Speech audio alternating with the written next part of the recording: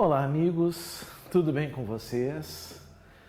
Que alegria, que satisfação estar aqui para mais uma aula, para mais um encontro nessa nossa caminhada, falando sobre legislação penal especial. Falando sobre a Lei 13.964 de 2019, o conhecido pacote anticrime, polêmico, mas já sendo exigido em provas. Estamos falando das prisões medidas cautelares que o pacote anticrime alterou, para alguns aperfeiçoou. Vimos que as medidas cautelares não podem ser decretadas de ofício pelo juiz. Se for no inquérito, é por requerimento do MP ou representação da autoridade policial. Se for na ação penal, vai ser pelas partes. Ou seja, pessoal, vai ser pelo Ministério Público ou vai ser pela defesa, certo? Então, é bastante importante que a gente cuide este grande detalhe, tá? Bom, a gente tem agora um parágrafo terceiro.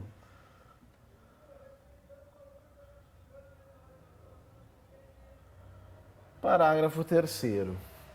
Aqui fala, amigos, uma coisa importante. Eu vou botar em vermelho porque começa dizendo ressalvados.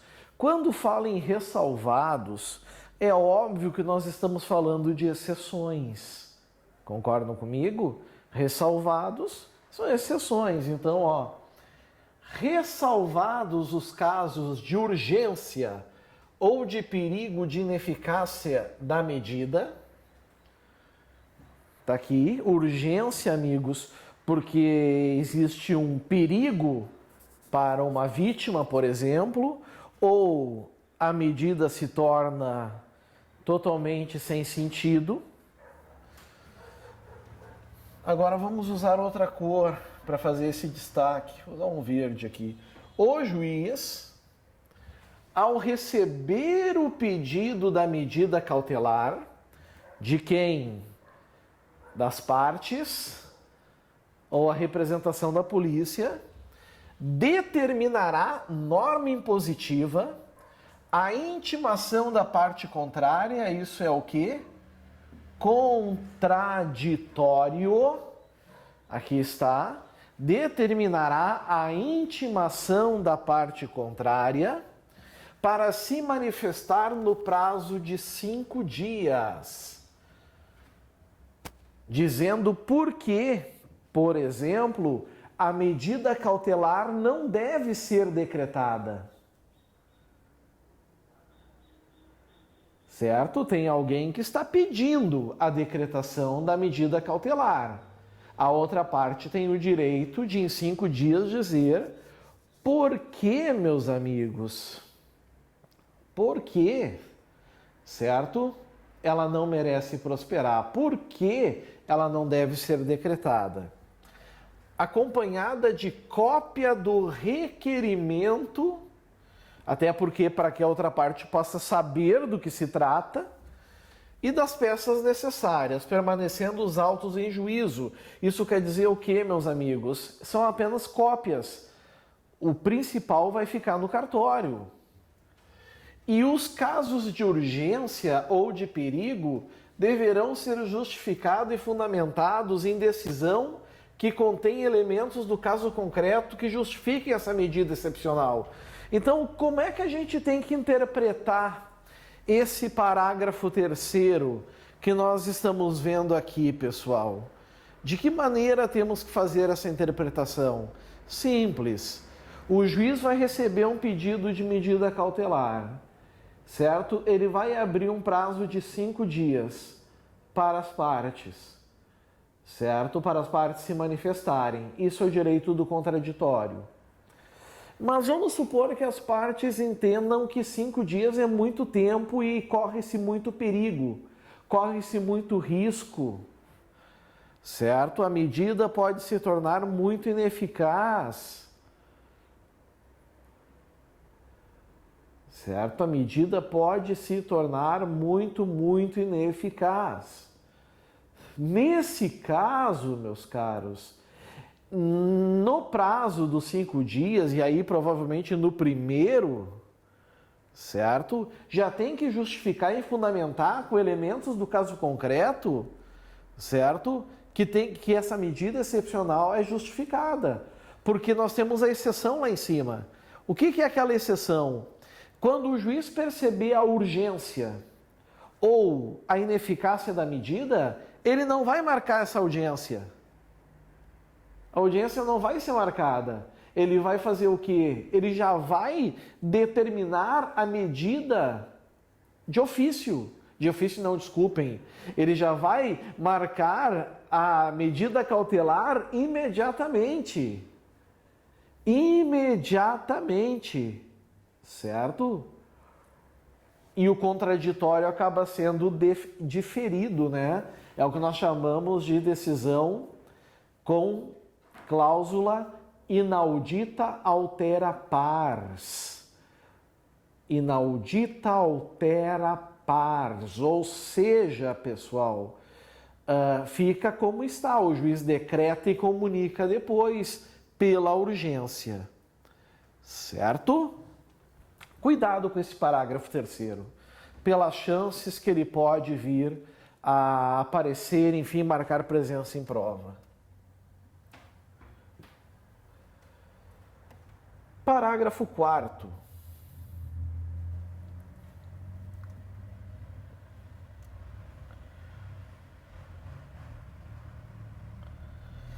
Parágrafo 4º. No caso de descumprimento de qualquer das obrigações impostas, certo? No caso de descumprimento de qualquer das obrigações impostas, que obrigações são essas? São as obrigações das medidas cautelares diversas da prisão, certo? Das medidas cautelares diversas da prisão.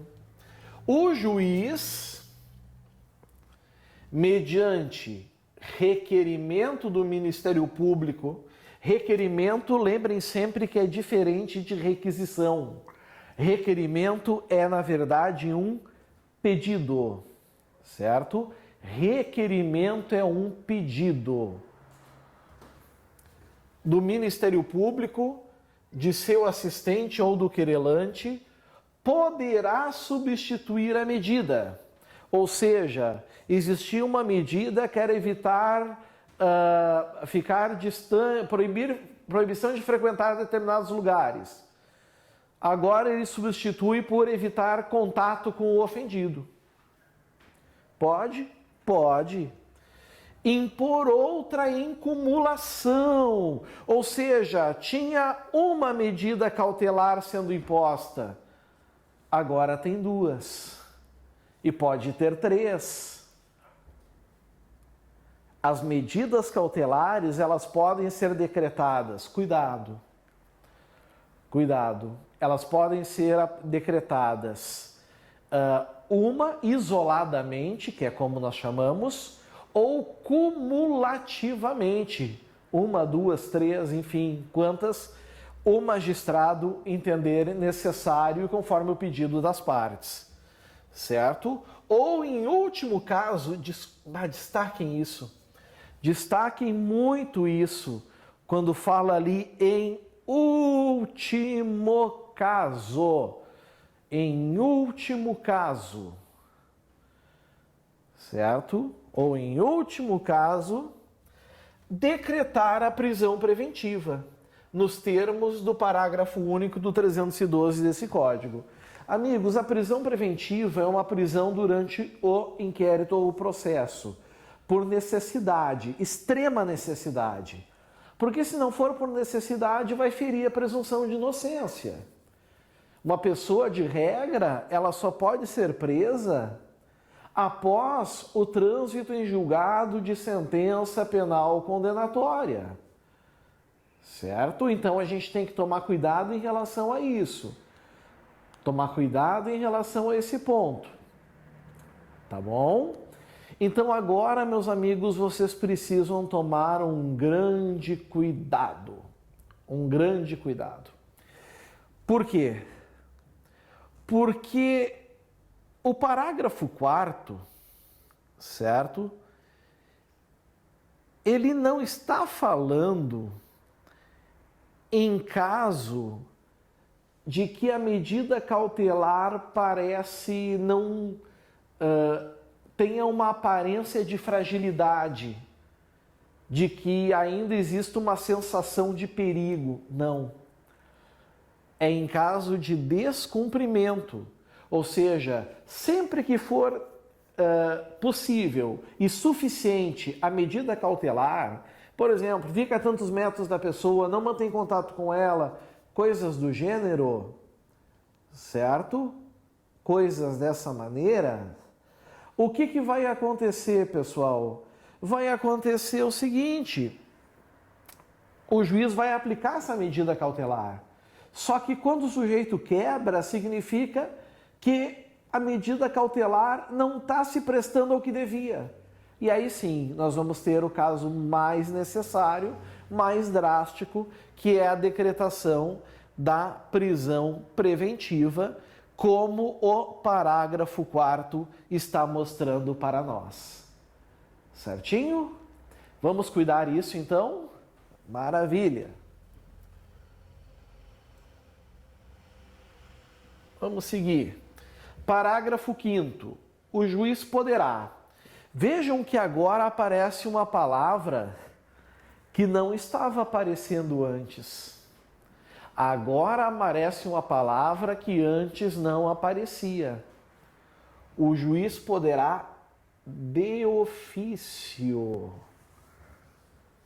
Essa palavra raramente estava aparecendo. Agora apareceu. O que é de ofício, pessoal? É pela sua própria iniciativa, certo? Pela sua própria iniciativa. O juiz poderá, de ofício, pela sua própria iniciativa, ou a pedido das partes, Ministério Público e Defesa. Lembrem sempre que partes vai ser isso. Vai ser MP, vai ser defesa. Vai ser MP, vai ser defesa.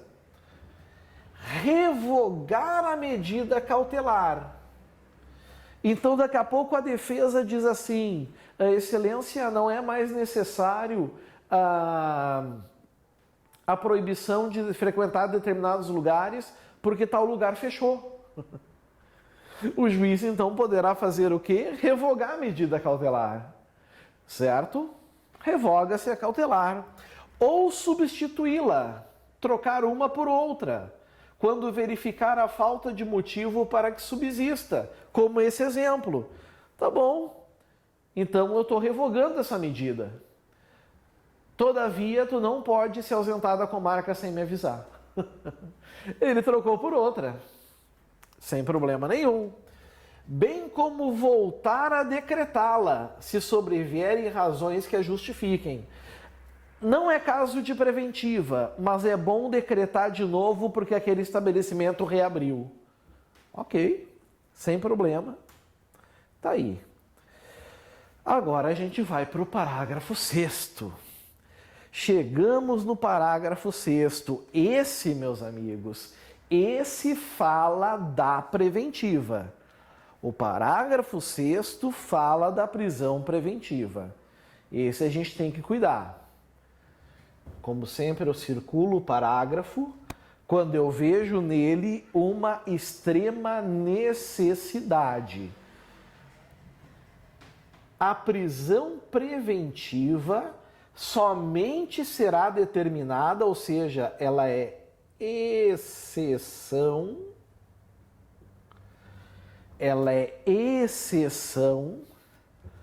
quando não for cabível a substituição por outra medida cautelar. Já falei isso para vocês? Já comentei aos senhores, então agora eu estou apenas reforçando essa informação.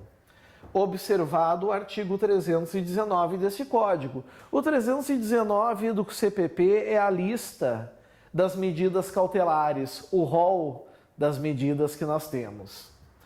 E o não cabimento da substituição por outra medida cautelar deverá ser justificado de forma fundamentada. Ou seja, o juiz diz assim: decretar outra medida cautelar em detrimento de uma já decretada não surtiria efeito, pois o réu continuaria a praticar os delitos que lesam a ordem pública. Por isso estou substituindo a medida cautelar pela prisão preventiva.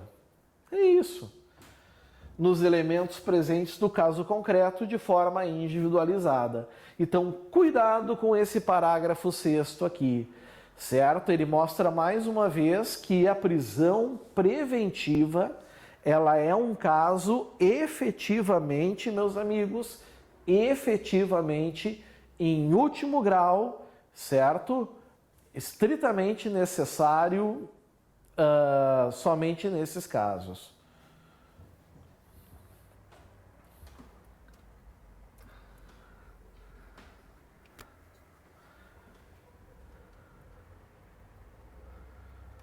Agora a gente vai falar sobre alguns artigos que o pacote anticrime fez as suas alterações.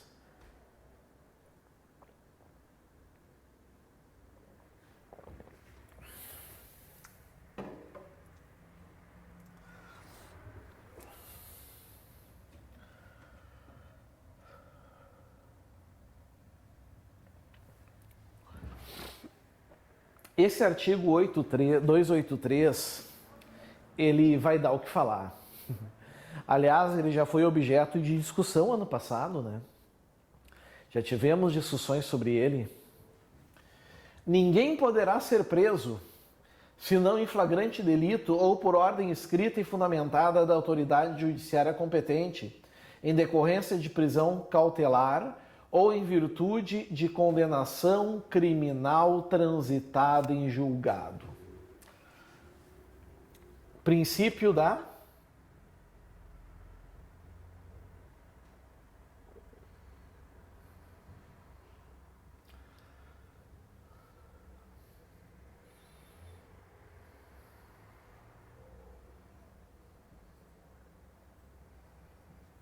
aqui está então, é o princípio da presunção de inocência, certo? Ou ainda estado de inocência. Presunção de inocência ou estado de inocência. O que isso quer dizer, pessoal? Isso quer dizer o seguinte: o maior bem jurídico que uma pessoa pode perder ao cometer um crime é a sua liberdade. Então é evidente que essa liberdade só pode ser perdida nos casos realmente bem especificados, né? Então ninguém poderá ser preso senão, primeiro, flagrante delito. Só que o flagrante, é importante que vocês saibam que ele não prende por si só. O que isso quer dizer? Isso quer dizer o seguinte, pessoal, isso quer dizer que o flagrante, ele prende a pessoa, mas se o juiz perceber que não existem motivos para decretar a prisão preventiva, ele necessariamente vai conceder aquilo que nós chamamos de liberdade provisória, com ou sem fiança, enfim, certo? Então diz ali, ninguém poderá ser preso senão em flagrante delito ou por ordem escrita e fundamentada, e cuidado com isso, da autoridade judiciária competente, juiz. É o artigo 5º61 da Constituição. Juiz, somente juiz pode expedir mandado de prisão, sendo vedadas as autoridades administrativas fazê-lo. Então, amigos, ou seja, o que nós temos até aqui? Nós temos a prisão em flagrante, que se não for convertido em preventiva, converte-se em liberdade provisória. Temos a prisão temporária, que ocorre no inquérito, com um prazo de 5 dias, prorrogáveis por mais 5, ou então, sendo hediondos e equiparados, 30 dias, prorrogáveis por mais 30, certo? Em decorrência de prisão cautelar, que são essas que eu falei para vocês. E agora, olha aqui. Ou em virtude de condenação criminal transitada em julgado. Ou seja, meus caros, é aquela prisão que não cabe mais recurso algum. Qual foi a grande discussão no STF ano passado? Foi a constitucionalidade desse artigo, né? E até hoje existem ainda projetos, está na Câmara pautado para ser julgado, alguma alteração no 283 para possibilitar o que? A chamada prisão após segunda instância. O indivíduo é condenado em primeira instância por um juiz. Depois, a segunda instância, que é o Tribunal de Justiça ou o Tribunal Regional Federal, eles mantêm a sentença condenatória.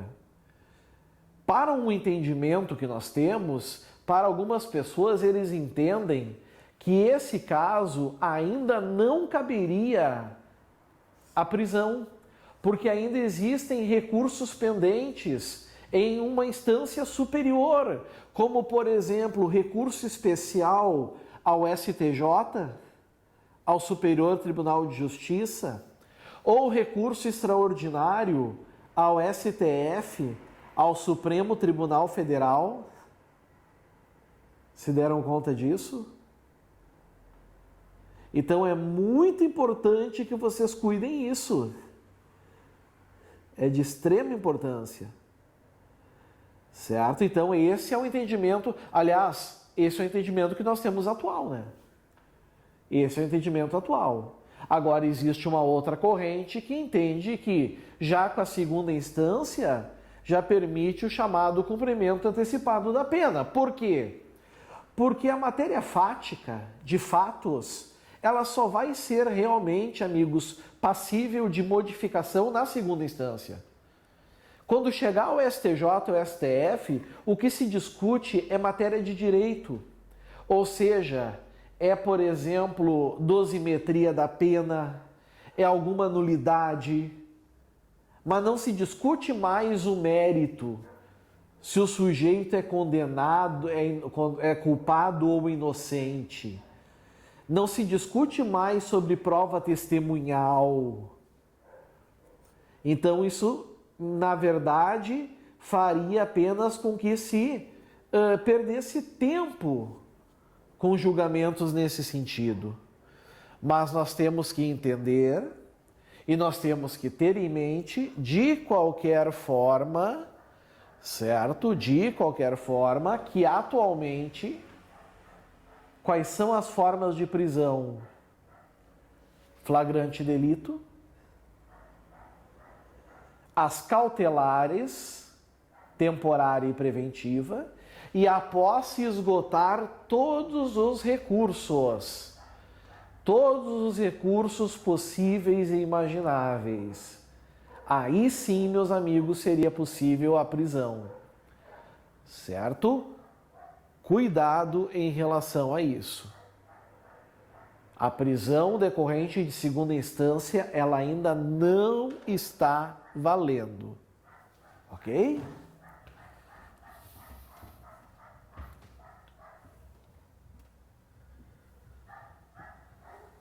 Dando sequência.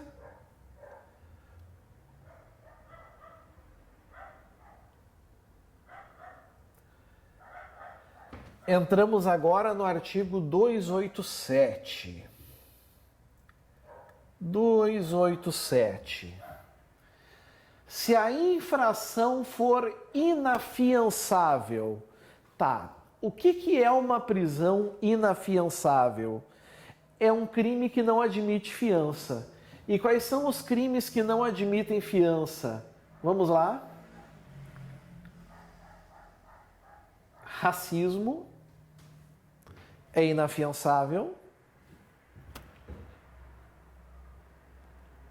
A ação de grupos armados é inafiançável.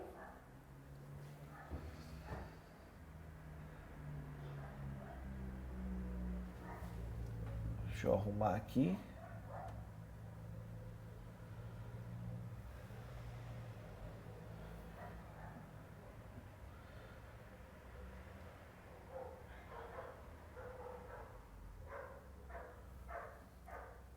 Crimes hediondos, tráfico, tortura, terrorismo. Esses crimes são inafiançáveis. O que é fiança? Fiança, meus amigos, é uma caução. Fiança é uma garantia, certo? Fiança significa que o sujeito vai deixar em juízo como garantia valores para que, se condenado, ele não fuja, porque se fugir ele vai perder. Quando absolvido, o valor é devolvido. Quando condenado, é devolvido também, retirando as custas, indenizações, etc. Mas se fugir, ele acaba perdendo esse valor. E aqui está dizendo, se a infração for inafiançável, ou seja, esses casos aqui que vocês estão vendo, a falta de exibição do mandado não obstará a prisão. Ah, eu quero um mandado. Não tem choro. E o preso, em tal caso, será imediatamente apresentado ao juiz que tiver expedido o mandado para a realização da audiência de custódia. Ou seja, a polícia, nesse caso, pode chegar sem mandado nesses crimes, desde que imediatamente conduza o sujeito até o magistrado para a audiência de custódia, para saber se ele vai ficar preso preventivamente ou se ele vai obter a liberdade provisória sem fiança. Certinho? Cuidado com isso, então. Temos que entrar agora no artigo 310. Mas o artigo 310, meus amigos, é assunto para o nosso próximo bloco. Agora vamos tomar um cafezinho, vamos dar uma relaxada. Daqui uns minutinhos estamos de volta. Aguardo vocês. Certinho? Valeu!